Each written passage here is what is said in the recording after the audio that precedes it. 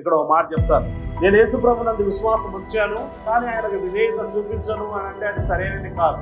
అది బూటకపు క్రైస్తవ్యం. దీన్ని ఈజీ బిలీవిజం అంటారు. వీళ్ళు ఏమంటారంటే విధేయత చూపించడం అనేది ఒక క్రియనేమో అని అనుకుంటూ ఉంటున్నారు. విశ్వాసం ఉంచడం కూడా క్రియలాగా చూస్తారేమో. మరి ఇక్కడ క్లియర్ గా ఉంది, విశ్వాసం ఉంచేవాడు నిత్య జీవం గలవాడు, విధేయుడు కానివాడు.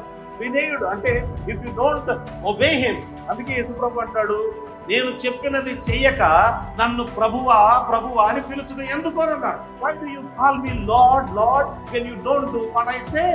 So if you are a believer, you are obedient person. Simple. ఈ ఒబీడియన్స్ ఎంత ఉంది, స్థాయి ఒకరికింత ఉండొచ్చు, కానీ ఒబీడియన్స్ అయితే ఖచ్చితంగా ఉంటుంది.